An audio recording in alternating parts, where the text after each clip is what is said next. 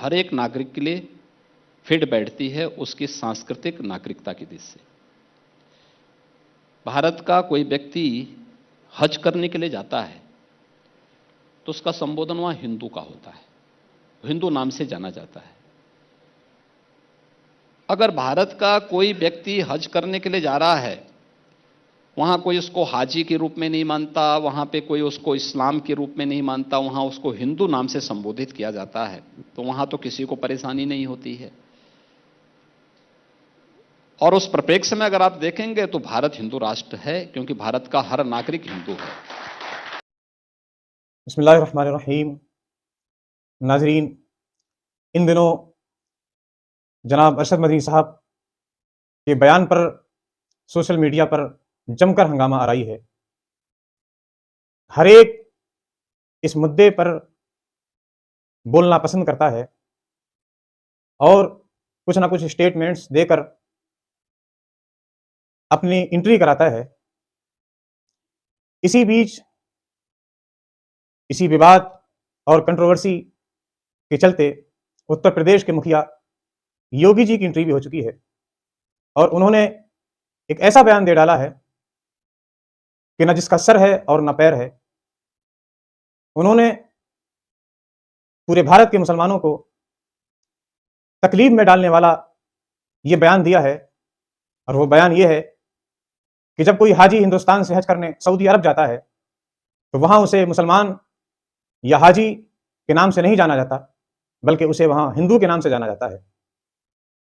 सवाल यह है कि योगी जी, आप जैसे संवैधानिक पद पर बैठे शख्स को यह बिल्कुल शोभा नहीं देता कि आप इस तरह के इश्यूज को डिस्कस करें।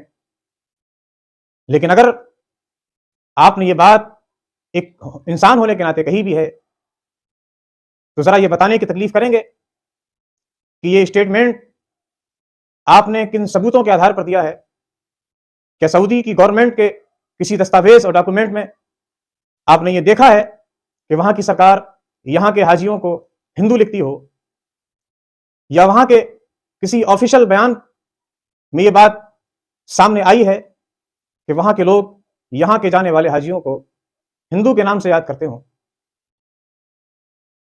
जहां तक मेरी मालूमात है, ऐसा कोई ना तो दस्तावेज है और ना कोई ऐसा स्टेटमेंट कि जिसमें यहां के मुसलमानों को वहां की हुकूमत या वहां के लोग हिंदू के नाम से जानते हो या हिंदू कह के पुकारते हो।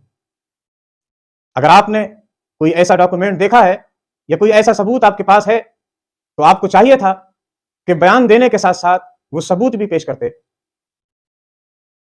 आपकी जिम्मेदारी है, आप एक महान शख्सियत हैं, भारत के सबसे बड़े प्रदेश के सबसे जिम्मेदार आदमी हैं आप। आपको चाहिए था कि ये क्लियर करते कि आपने ये स्टेटमेंट किस आधार पर दिया है, कौन सा दस्तावेज और डॉक्यूमेंट आपने देखा। इस तरह की बातें ज्यादातर व्हाट्सएप यूनिवर्सिटी और व्हाट्सएप ग्रुप्स में चला करती हैं। ये बयान साबित कर रहा है कि कुछ भी बोलने के लिए किसी आधार की जरूरत नहीं, जो दिल में आए वो बोल दिया जाए। लेकिन एक आम आदमी में और एक जिम्मेदार आदमी में ये फर्क जरूर होना चाहिए कि जिम्मेदार आदमी जब भी कोई बात कहे तो दलीलों और सबूतों के आधार पर कहे। और रही ये बात कि किसका इतिहास कितना पुराना है, किसको उंगलियों पर गिना जा सकता है, तो इसका मतलब ये नहीं कि अगर कोई चीज पुरानी है तो वो ठीक भी है या सबसे बेहतर है। कोई चीज बहुत पुरानी होती है मगर जरूरी नहीं कि वो अच्छी भी हो। कोई चीज नई होती है तो ये जरूरी नहीं कि वो खराब हो। आपको अपने अल्फाज या तो दलीलों के साथ साबित करने चाहिए, या एक जिम्मेदार शख्स होने के नाते आपको अपने अल्फाज वापस लेने चाहिए, क्योंकि इन अल्फाज ने एक पूरी कौम की दिल आजारी की है। वो कौम जो सिर्फ भारत में नहीं बसती बल्कि पूरी दुनिया में बसती है। एक सवाल तो ये भी बनता है कि वो लोग जो दूसरे मुल्कों में रहते हैं, अमेरिका, ऑस्ट्रेलिया, अफ्रीका वगैरह में, मगर वो राम लक्ष्मण की पूजा करते हैं, क्या आप उन्हें हिंदू नहीं कहेंगे? उन्हें कोई और नाम देकर पुकारा जाएगा?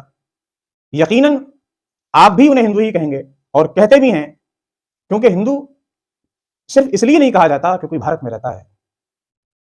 हिंदू इसलिए कहा जाता है वो एक खास मजहब को फॉलो करते हैं, एक खास धर्म को फॉलो करते हैं, एक खास संस्कृति को फॉलो करते हैं। और आखिर इसकी जरूरत क्या है कि इतनी बेचैनी जाहिर की जाए इस बात के लिए कि लोग अपने आप को हिंदू कहलवाएं? आखिर ऐसी क्या प्रॉब्लम है, ऐसी क्या परेशानी है कि जिसको हल करने के लिए आप लोगों के मुंह से अपने आप को हिंदू कहलवाना पसंद करते हैं? अगर कोई शख्स अपने आप को भारतीय कहता है, क्या मसला है? अगर कोई अपने आप को हिंदुस्तानी कहता है, क्या प्रॉब्लम है? ये जरूरी है कि हर एक आदमी जो भारत में रहता है वो अपने आप को हिंदू कहे? ये बातें एक बड़े शख्स की हैं, लेकिन ये बयान ऐसा लगता नहीं कि इस बयान का ये मेयार होगा कि जो किसी जिम्मेदार और किसी बड़ी शख्सियत की जबान पर आए। उम्मीद है कि हमारे सीएम साहब श्री योगी जी अपने अल्फाज पर गौर करेंगे और कोई ना कोई मुनासिब हल इसका कौम को जरूर देंगे।